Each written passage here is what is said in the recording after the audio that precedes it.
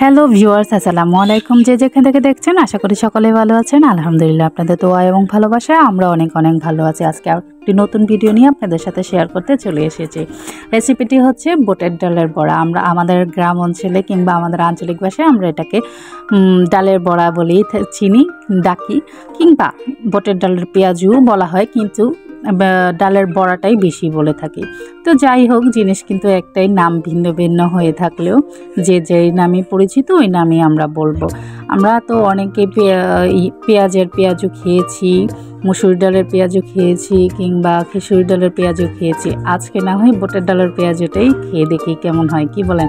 অসম্ভব মজাদার, বিশ্বাস করেন, খুবই খুবই মজাদার। বিশেষ করে গরম ভাতের সাথে, চায়ের আড্ডায়, বিকেলের নাস্তায়, কিংবা মেহমানদারিতে, ইফতারের সময়, যে কোনো পর্যায়ে এই জিনিসটা এতটা পারফেক্টলি ম্যাচ করে যা বলার বাইরে। অসম্ভব মজাদার এবং সুস্বাদু। চলেন কথা না বাড়িয়ে চলে যাব মূল রেসিপিতে। রেসিপিটা সম্পূর্ণ ভিডিওটা দেখার জন্য অনুরোধ রইল, আর একটা লাইক দিয়ে অবশ্যই ভিডিওটা দেখা শুরু করবেন। এখন আমি বুটের ডাল নিয়েছি। বুটের ডালটা আমি 3 থেকে 4 ঘন্টা ভিজিয়ে রেখেছিলাম। অবশ্যই চেষ্টা করবেন, এর চাইতে বেশি ভিজালে কোনো সমস্যা নেই, কিন্তু এর চাইতে কম ভিজাবেন না। যতটা ভিজবে জিনিসটা অতটাই ভালো হবে। আমি এখানে ব্লেন্ডারের জাগে নিয়েছি, খুব সুন্দরভাবে ধুয়ে পরিষ্কার করে আমি ব্লেন্ড করে নিব। আপনারা চাইলে পাটায়ও বাটতে পারেন। এই যে আমি ব্লেন্ড করে নিয়েছি। আপনারা দেখেই নিশ্চয়ই বুঝতে পারবেন মানে ডালটা কতটা শক্ত শক্ত টাইপের করেছি। একেবারে পানি দিয়ে, বেশি পানি দিয়ে পাতলা করে নেই। একেবারে পাতলা করতে যাবেন না, তাহলে জিনিসটা ভালো হবে না। আমি যেভাবে ভিডিওতে দেখাচ্ছি আপনারা দেখে নিশ্চয়ই বুঝতে পারছেন, ওই টাইপেরই করার চেষ্টা করবেন। তো এখন হচ্ছে এটার সাথে আমি মশলা অ্যাড করবো। এখন দিয়ে দিব পেঁয়াজ কুচি। পেঁয়াজ কুচির পরিমাণটা একটু বেশি বাড়িয়ে দেওয়ার চেষ্টা করবেন। আর দিয়ে দিচ্ছি কাঁচামরিচ কুচি। কাঁচামরিচের ঝাল অনুযায়ী আমরা অ্যাড করব। আর ধনে পাতা দিয়ে দিলাম। এখন আমি শুকনো মশলাগুলো অ্যাড করব। দিয়ে দিলাম 1 চা চামচ জিরে গুঁড়ো, 1 চা চামচ হলুদ গুঁড়ো,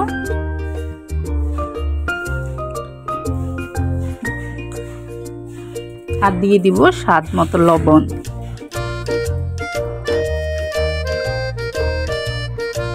আমার শুকনো উপকরণগুলো দেওয়া হয়ে গেছে। এখন একটা চামচের সাহায্যে খুব সুন্দরভাবে সবগুলো উপকরণ মিক্স করে নেব। শুকনো উপকরণগুলো আমার মিক্স করা হয়ে গেছে খুব সুন্দরভাবে, দেখে নিশ্চয়ই বুঝতে পারতেছেন। এখন আমি এর সাথে আদা রসুন পেঁয়াজ বাটা অ্যাড করব। আপনারা চাইলে একসাথে অ্যাড করতে পারেন। আমি আগেই শুকনো উপকরণগুলো মিক্স করলাম, দেন হচ্ছে আমি আদা রসুন পেঁয়াজ বাটাটা অ্যাড করব। তো এখন 1 টেবিল চামচ আদা রসুন পেঁয়াজ বাটা অ্যাড করব।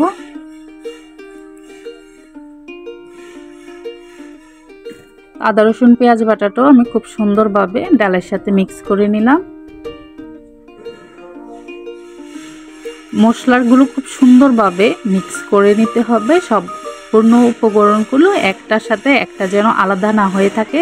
মশলাগুলো আমার মিক্স হয়ে গেছে। এখন একটা ফ্রাই প্যানে তেল বসিয়ে তেলটা গরম করে খুব সুন্দরভাবে আমি এগুলো ভেজে নেব। কিভাবে শেপটা দিয়েছি হাতের সাহায্যে আপনারা নিশ্চয়ই দেখে বুঝতে পারতেছেন। অন্যান্য পেঁয়াজু কিংবা বড়া আমরা যেভাবে বানাই সেম পদ্ধতিতেই এটা করতে হবে। আপনারা চাইলে চামচের সাহায্য করতে পারেন। আমার হাতের সাহায্যে কমফোর্টেবলটা বেশি ফিল হয়, সেজন্য আমি হাতেই দিলাম। আপনারা চাইলে চামচেও করতে পারেন, এটা যার যার চয়েস। তো খুব সুন্দরভাবে উল্টে পাল্টে আমি 2টা সাইড লাল লাল করে মুচমুচে করে ভেজে উঠিয়ে নিব। অবশ্যই এই পর্যায়ে চুলার হাই মিডিয়ামে রাখতে হবে।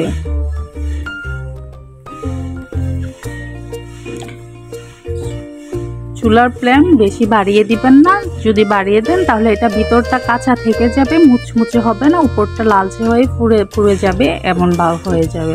অবশ্যই মিডিয়ামে রাখবেন।